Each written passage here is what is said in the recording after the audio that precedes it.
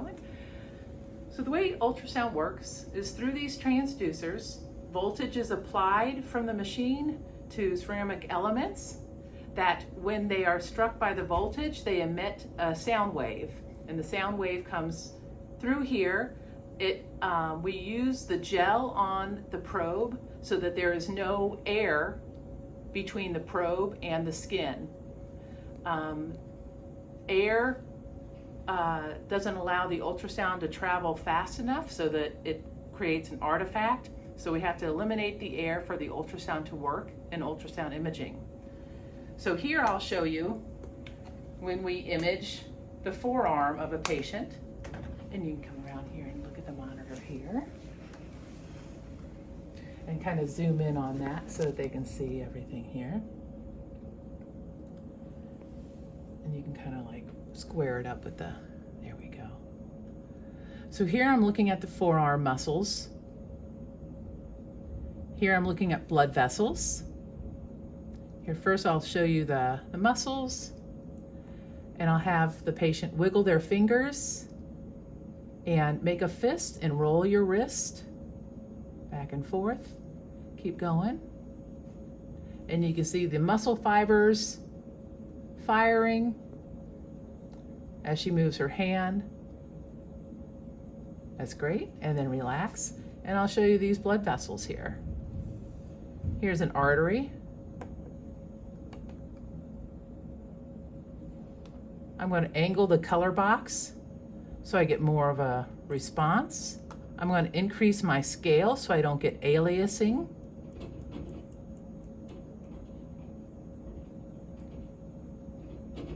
And I'm going to get a pulse wave.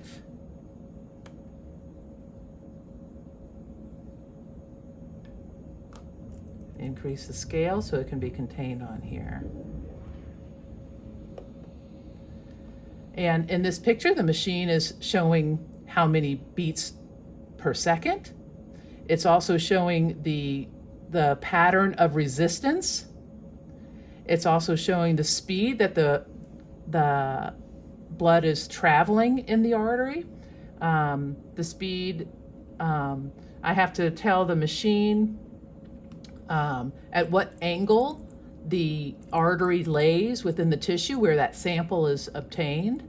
And by telling it the angle, the Doppler angle, then when I hit to measure the peak velocity, it tells me the velocity here. Now, the closer to zero, the more accurate that velocity is going to be. I'm at 40 degrees and that's acceptable.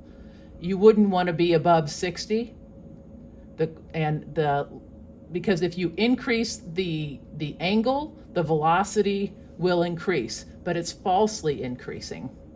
And the fact that the diastolic flow comes down just below baseline and then jumps up, that shows you that it's a triphasic waveform and that it's a resistance bed. If I was looking at an artery that fed the brain, it would stay above baseline because it's a low resistance vascular bed, but this artery is feeding the muscles and tendons of the hand and wrist, and so it's a high resistance vascular bed, and so I have this waveform.